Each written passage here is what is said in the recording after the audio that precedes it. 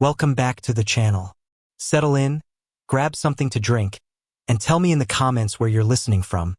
Because tonight's story starts in a sunlit house filled with wedding plans and ends with a man walking away from the ruins of a life he thought would last forever.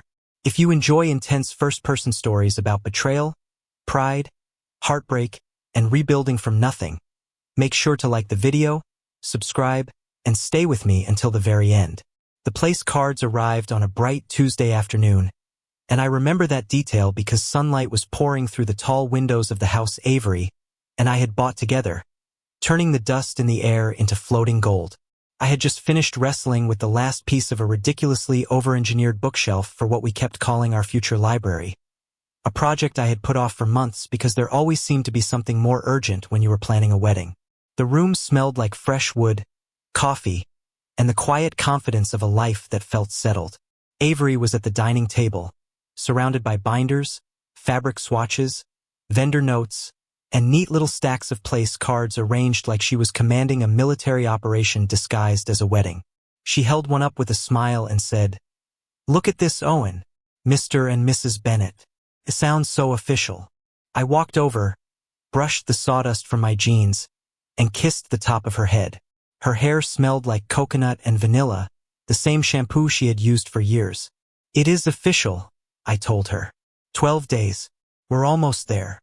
She smiled back, but it only reached her mouth, not her eyes.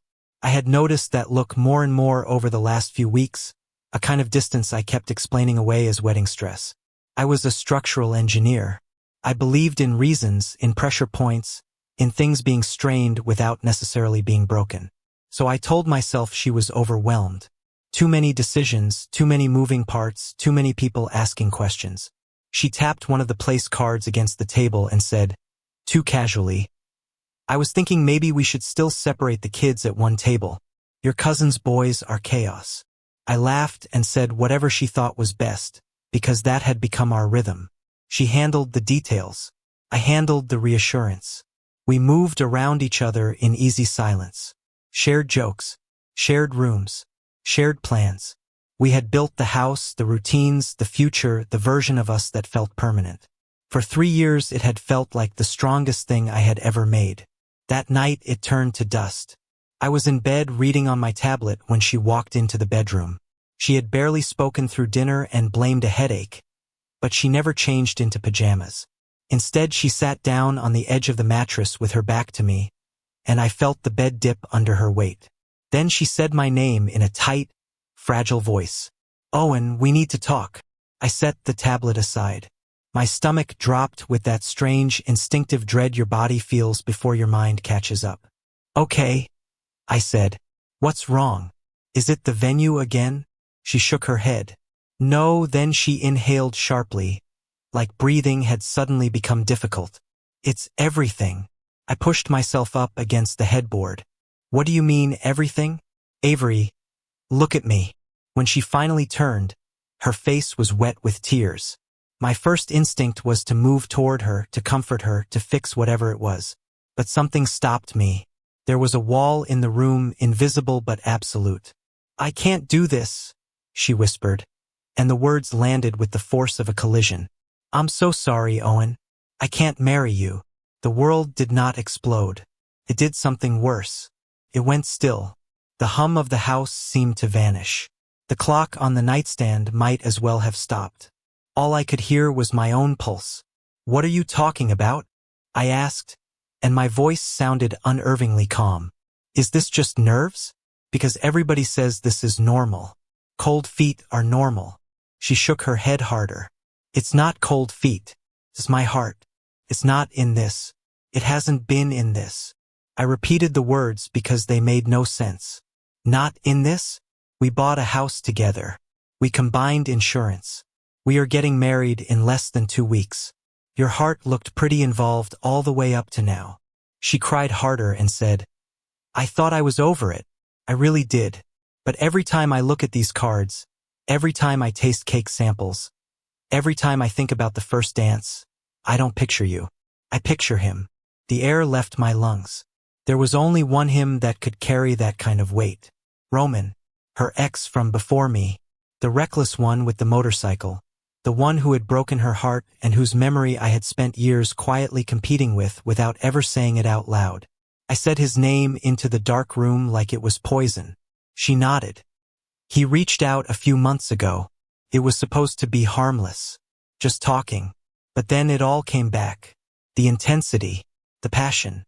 I never had that with us, Owen. What we have is safe. It's comfortable. But with him I feel alive. Every sentence hit with precise surgical cruelty. I remember saying, still in that flat voice that frightened even me, "Let me make sure I understand."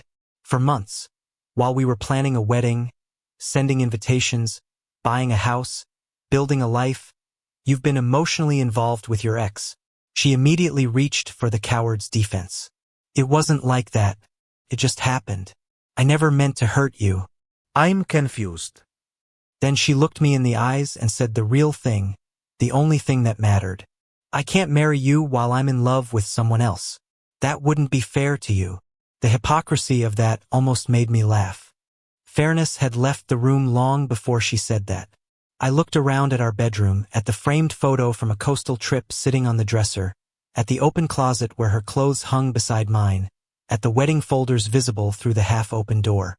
Everything suddenly looked fake, like a stage set built from thin painted wood. The version of me that had existed 5 minutes earlier might have begged. He might have listed memories, promised change, competed harder, tried to win. But that man was gone. She had dismantled him with 6 sentences. I looked at her and saw not a tragic woman torn between love and duty, but someone fully committed to the story that made her feel grand and blameless. In her mind, she was the heroine choosing passion over safety.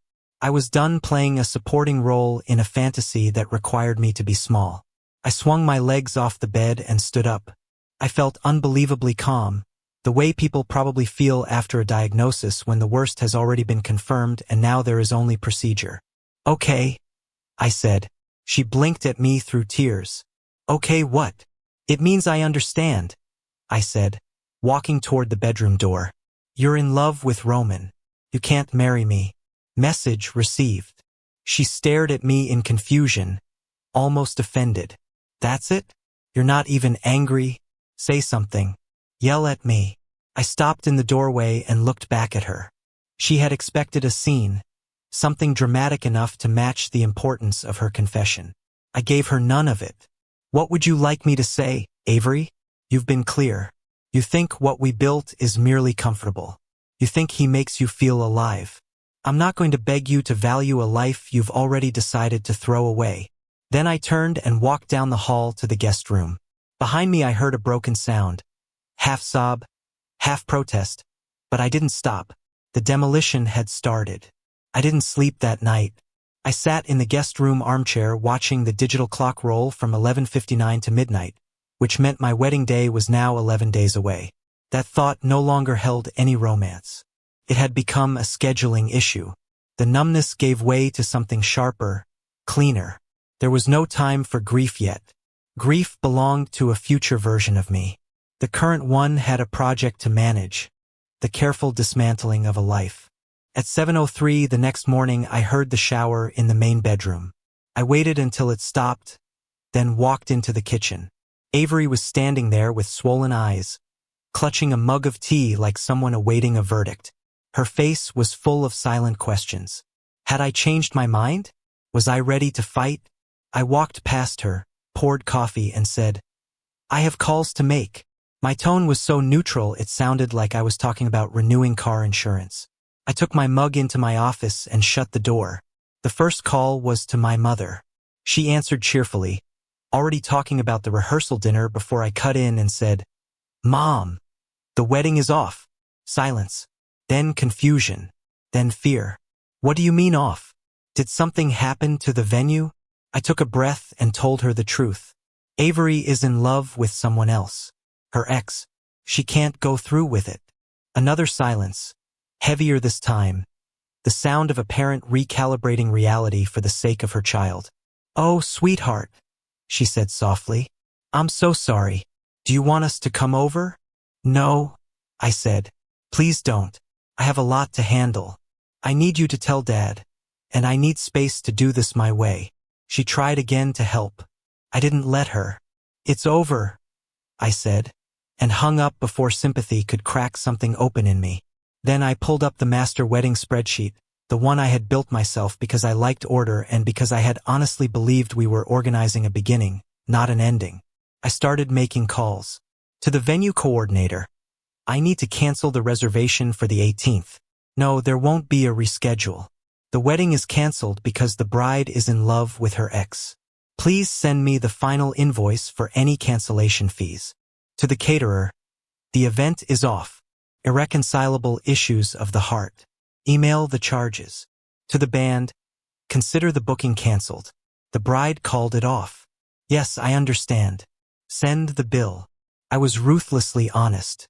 I used the truth like a scalpel because it prevented awkward questions, pitying pauses, and any temptation to soften what she had done. My bluntness turned the whole thing into paperwork. It was protective. Around noon, I went to refill my water glass and found Avery on the couch wrapped in a blanket, staring at her phone as if it had betrayed her. "The band texted me," she said blankly. "They said they were sorry to hear about the cancellation." "How do they already know?" "I told them," I said. She looked up sharply. "What exactly did you say?" "The truth. That the bride is in love with her ex-boyfriend and canceled the wedding." It seemed like the fastest way to avoid confusion. Her face folded with humiliation. "You didn't have to tell people that. You're humiliating me." A cold smile touched my mouth. No, Avery. "You humiliated yourself." I'm just handling logistics. Then I went back into my office and kept going. I called a real estate agent I knew through work and listed the house fully furnished because I wanted it sold fast. I rented a storage unit for the things that were mine before her. Books, tools, boxes of old plans, the pieces of a life that still belonged to me. I worked until the sky outside my window turned black. When I finally stepped back into the living room, the house was silent. She was gone, probably at a friend's place, maybe with him, maybe with her mother. It didn't matter. The place cards were still on the table. I picked one up and read a name that no longer meant anything. I didn't crumple it. I dropped it into the recycling bin. It was just paper now. Beneath the numbness, grief waited like a dark ocean under ice. But I would not let myself fall through yet. For now there was only the next task, the next box, the next signature. I moved into a short-term apartment the following week. The silence there was different. It was mine. It wasn't haunted by the ghost of a future I had lost in that house. Eventually the grief broke through. For a few days I let it. I sat in the dark. I forgot to shave. I ate takeout and slept badly and let the full weight of the betrayal settle on me. Then I got up, showered, and went back to work. The house sold quickly because I priced it to move. After the mortgage and fees, the proceeds were split down the middle. I wired her half without a note. It was the last financial thread between us. My firm had offices in several cities, and I requested a transfer to a branch in Ashford, a mountain city I had always liked and Avery had once dismissed as too rough and too far from everything. They approved it. I used what remained of the honeymoon fund for the deposit on a modern loft with a view of the ridges outside town. Then I blocked her number, deleted my old social media, and rebuilt my digital life behind locked doors. I became a ghost by choice, and I moved nearly 1,300 miles away. News of her collapse did not come from her. It came in drips from one mutual friend I had forgotten to block, a woman named Leah who seemed to feel guilty by association. 3 weeks after I moved, she texted me to say Avery and Roman had lasted barely a month. I read it without emotion and didn't reply. A week later, Leah sent another message. Roman had apparently announced that he was not built for monogamy, that the thrill had been in stealing someone away, and once things became real, he got bored. He had already moved on.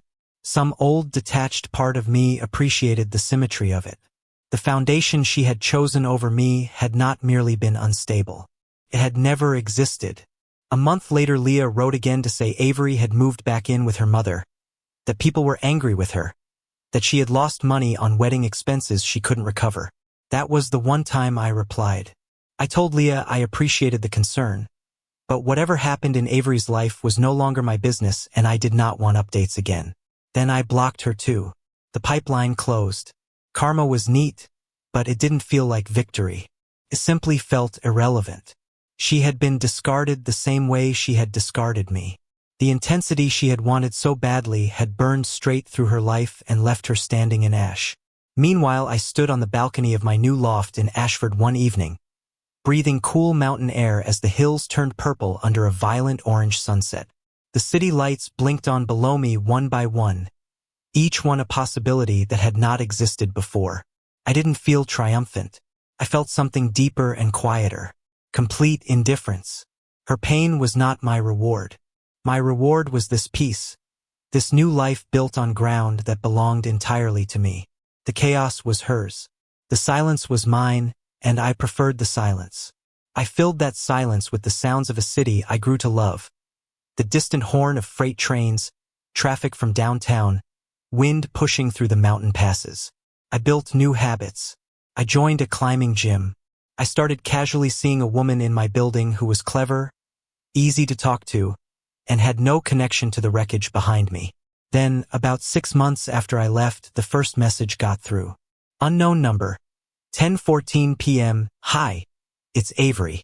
I know you probably don't want to hear from me, but I saw a photo of the mountains on your mom's page and it made me think about that trip we used to talk about. Hope you're well.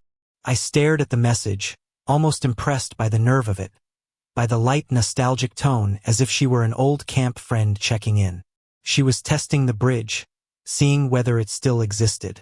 I deleted the text and blocked the number. There was no bridge. There was only a canyon, and I was standing safely on the far side. 2 weeks later, another unknown number left a voicemail. Against my better judgment, I listened. Her voice was soaked in tears. Owen, it's me. Roman was a monster. You were right about everything. He used me and walked away. I've lost everything. Our friends, the house, my future. I keep thinking about our kitchen and the way you made coffee every morning. I was stupid. Please call me back. I just need to hear your voice. I felt pity, but only the distant kind you might feel for a sad stranger in a film.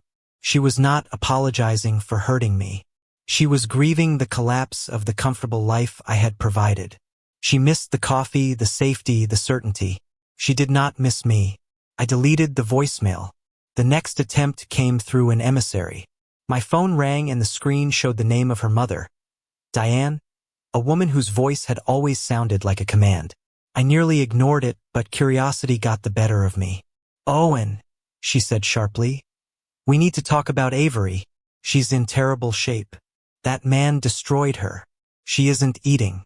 She isn't sleeping. She's a shell of herself. I'm sorry to hear that, I said flatly. She got angry immediately. Are you seriously not going to do anything? You loved her once. A real man would show some compassion. She made a mistake. People make mistakes. That was the trap. If I agreed, I would be dragged back into the drama. If I got angry, I would prove that I still cared. So I chose the only answer worth giving. Diane, I said calmly. Avery did not make a mistake. She made a sustained, deliberate choice to betray me less than 2 weeks before our wedding. The person you're describing now is living with the consequences of that decision. Her well-being is no longer my responsibility. I hope she gets whatever help she needs, but it will not come from me. Goodbye. I hung up while she was still sputtering. I knew that would infuriate Avery more than any insult ever could. Calm truth leaves people like that with nothing to fight. It took less than a day for the mask to slip entirely. Another unknown number lit up my phone with a final message. You're cold. You never really loved me or you would have fought for me. You just gave up and ran. You're a coward, and I'm glad I didn't marry you. There it was. The real version of her. Bitter, exposed, rewriting history so she could survive herself. In her mind, I had become the villain because I refused to beg after she told me she loved another man. I deleted the message. No block this time. I didn't need one. She had played her last card, and it was worthless. About a year after I signed the transfer papers and left, my new company sent me back to my old city for a major client presentation. It was my first time returning. The place felt smaller somehow, like a suit I had outgrown. The presentation went well. As I packed my laptop, My attorney called to say there was one final tax document connected to the old property that needed my signature. I could sign digitally, but his office was only a few blocks away and my flight wasn't for hours, so I decided to stop in. I wanted every final thread cut cleanly.